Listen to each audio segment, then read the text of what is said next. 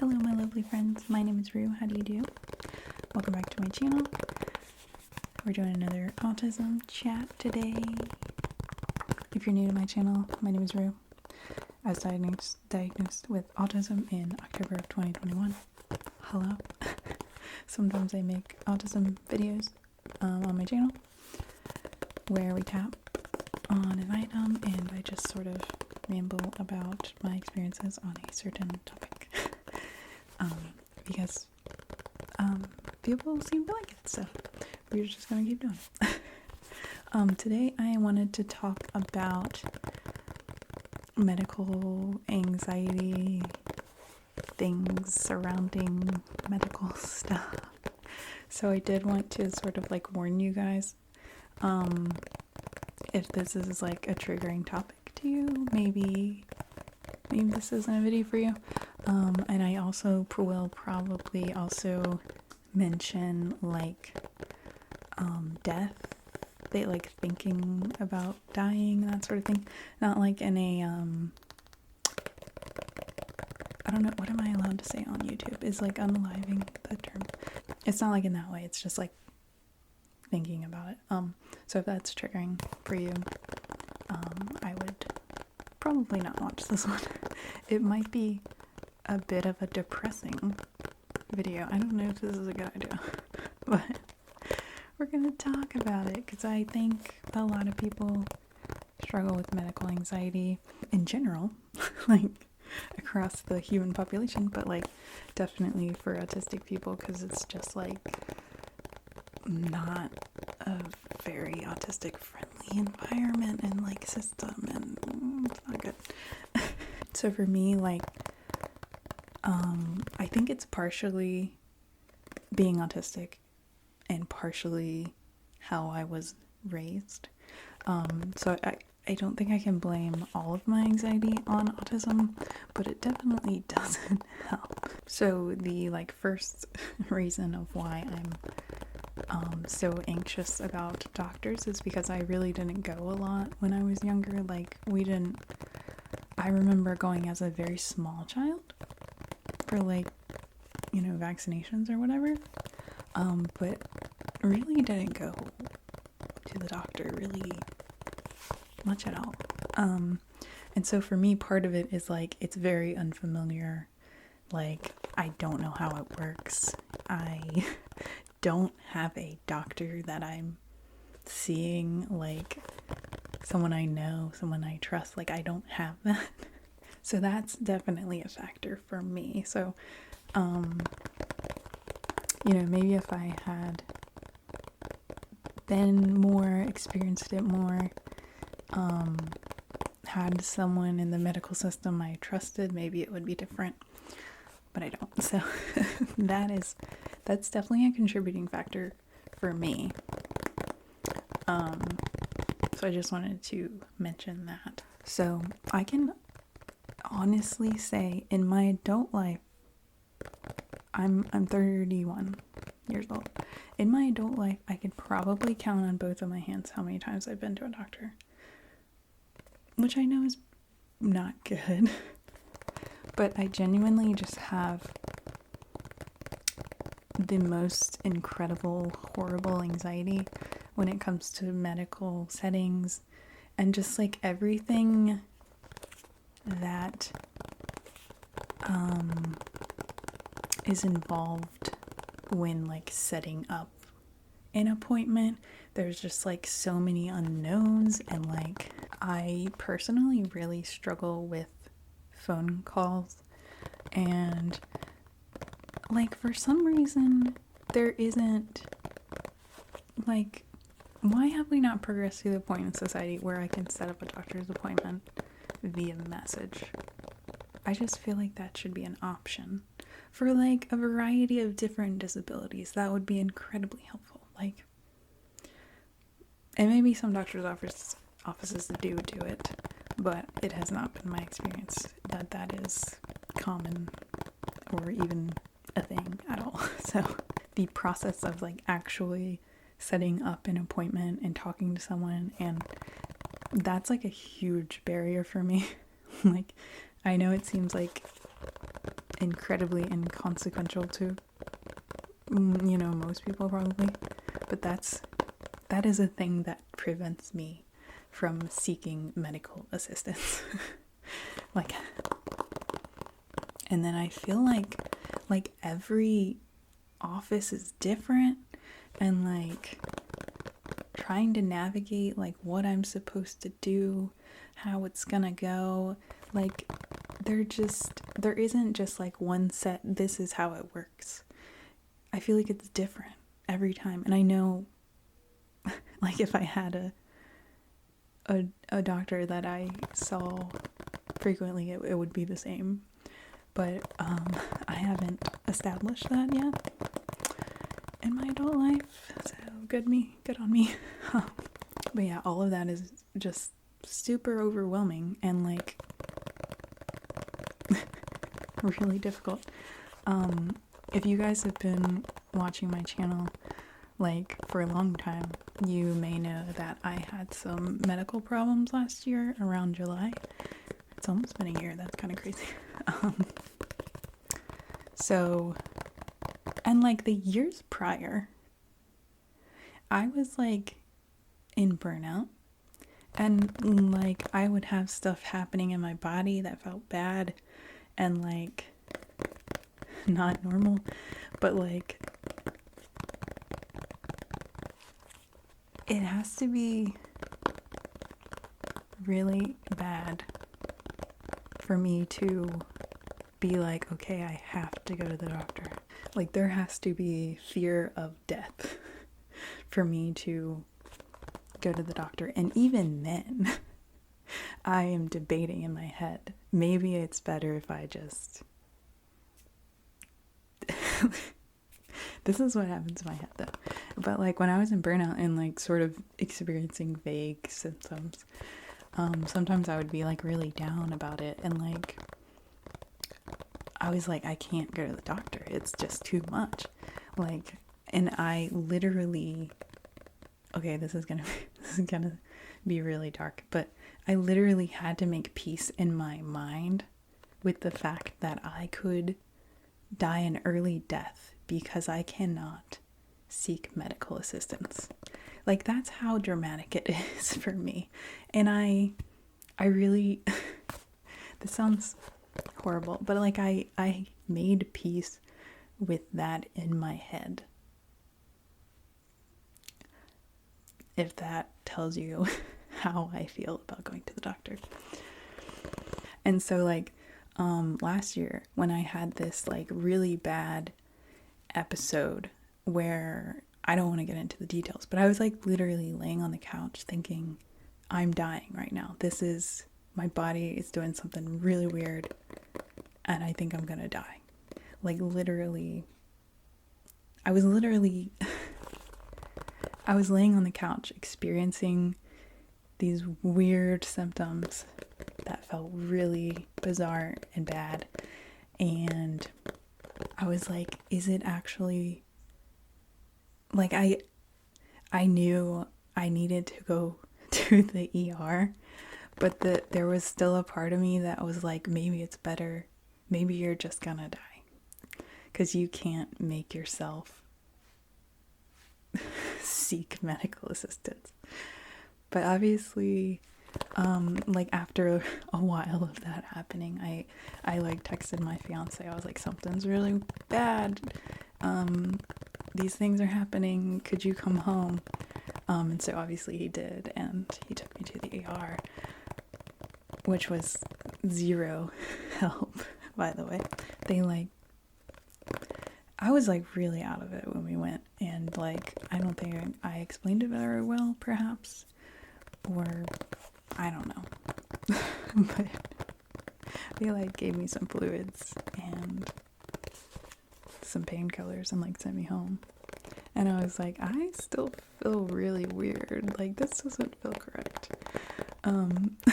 So that's the other thing. Like I feel like every time I've been to the doctor, I don't feel like I'm listened to. Or I mean, it's probably partially that I do struggle to communicate at the doctors, And so I'm not getting what I think I'm getting across to them. And I also don't think I show what I'm feeling inside on the outside. Like if I'm really worried about something or whatever, it's not like externally apparent to them. So I don't feel like I'm often taken very seriously. That has been my experience. And like, for example, I have a lot of history with being injured, like with soft tissue injuries. And so there was a time when I was like, okay, I'm gonna go see a doctor, which took a lot of willpower for me. And so I was like, talk to this doctor about it, whatever I was experiencing, and I ended up going to like a physical therapist. And I just again felt like it didn't help, like I wasn't listened to, or like my point it didn't come across to them correctly.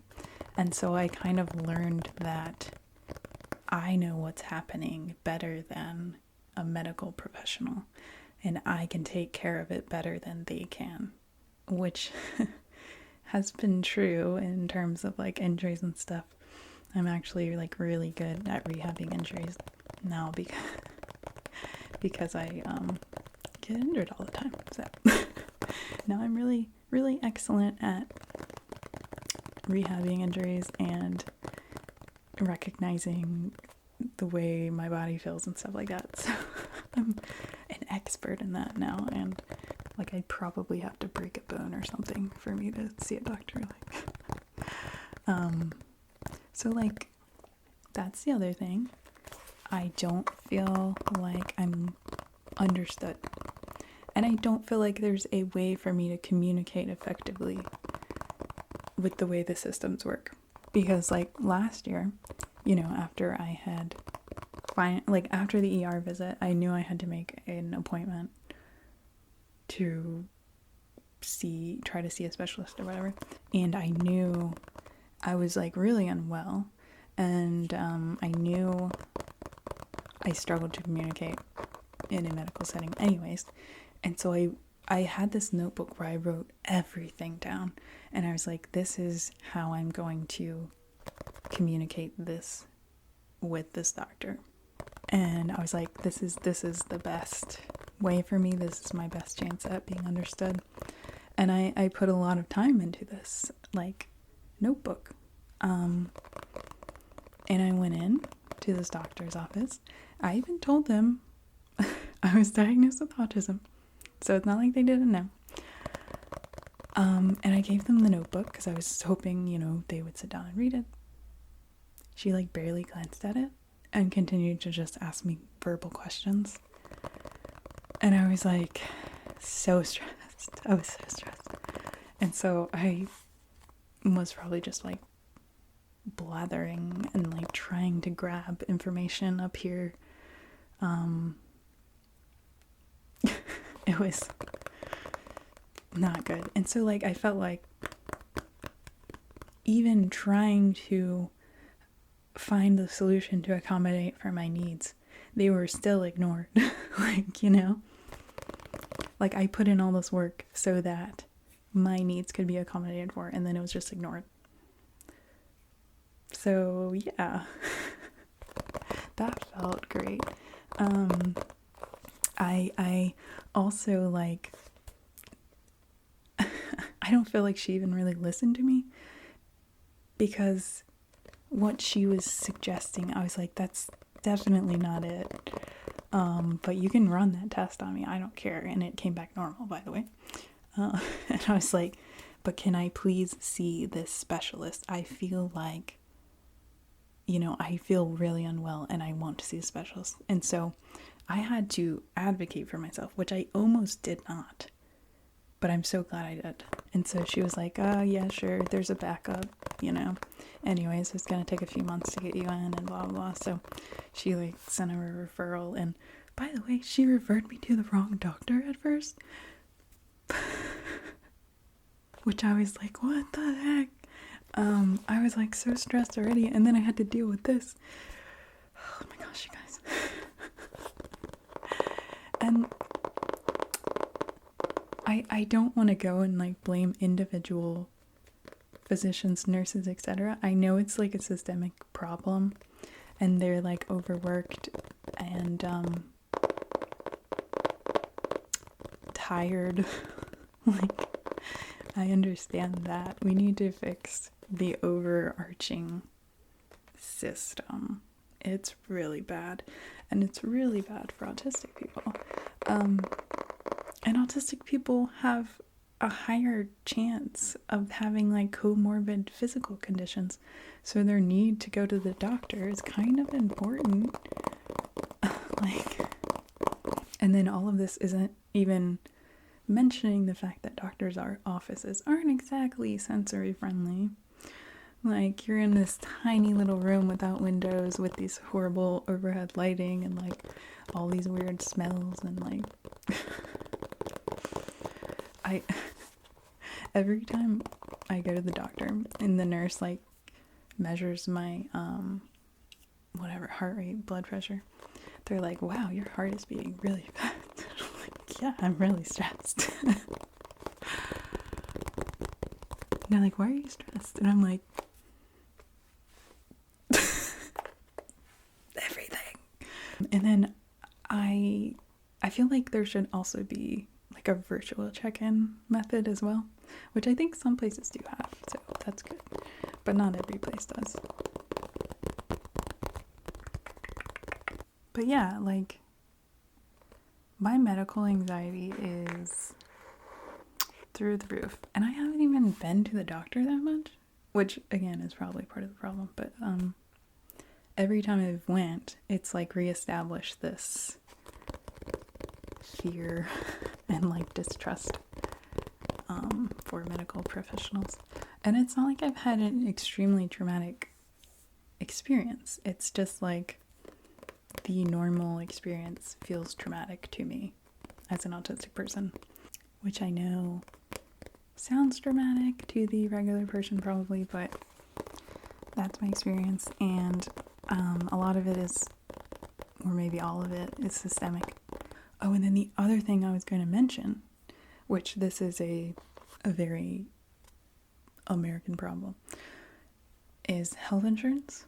That's the other thing that has kept me from going to the doctor in the past. Like, I've never been someone who has a lot of money, and even when I had health insurance, there was still that like $25 copay or whatever you have to pay, and that was too much for me. And then there was a period in my life where I didn't have health insurance, so that was fun. Now I have Medicaid, which is like the government provided health insurance. It's basically like universal health care for poor people. And so now money isn't a barrier for healthcare for me because they pay for everything, which is incredible. And I'm so grateful because I honestly don't know what I would have done last year if I didn't have that, because I could not have afforded all of the tests and things I had to have. So that's really scary. And like, that's a huge barrier for so many people in the United States. And I know, you know, in other countries it's not a problem, but it's definitely a problem here. And so, you know, it makes me really sad to think about all the people who can't seek medical care because they can't afford it, and like all of the people who are harmed by that. So like, and that was another barrier for me in the past. It's not so much anymore because thankfully I have Medicaid and they pay for everything essentially, which is, oh god, I really wish everyone could have it, because it just takes a huge layer of stress off when it comes to medical stuff. Like, yeah, yay, cries an American. But yeah, so to sum it up, I got medical anxiety through the roof to the point where I've more or less in the past made peace with the fact that I might not live a long life because I will not seek medical care when something goes wrong, which is very bad. It's very bad. Hopefully I will do better in the future, but there's just a lot of systemic barriers in the medical system for everyone, and autistic people specifically. It's incredibly stressful, and like, I think there's just even a lot of little things that we could change, like letting me do online appointment setup, virtual check-in, letting me write down what I'm experiencing and actually reading what I wrote. That would take a lot of stress off of me if I wasn't expected to verbally tell you what was going on, because I'm really bad at that. And when I'm at the doctor's office, I'm extremely stressed, like in a very bad state, not thinking clearly, and I'm not gonna get all of the things out that I need to say. And like, that's such a simple thing. Like, just let me write it out. Or even like, what if we had a system where I could message you in advance so you could read my symptoms beforehand, and then you can ask follow-up questions at the doctor's appointment. Like, how hard would that be?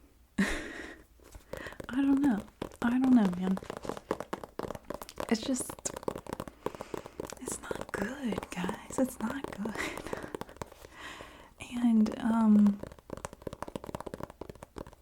yeah, I worry about myself when it comes to health issues, because unless my life is literally in danger, there's a very small chance that I will seek medical help. And even then, in my mind, I'm debating, would it be worth it? Is it worth it? Maybe I'll just... But yeah, we need to do better. We need to treat our healthcare workers better, educate them better. I don't know. I know it's not individual people's fault, but it's pretty messed up. So, yeah, sorry for the slightly depressing video, but I thought I'd talk about it because I'm sure some of you also experience this. And, yeah. I thought, we could commiserate together. So yeah, feel free to share your experiences in the comments. Maybe you've had positive experiences. That would be cool.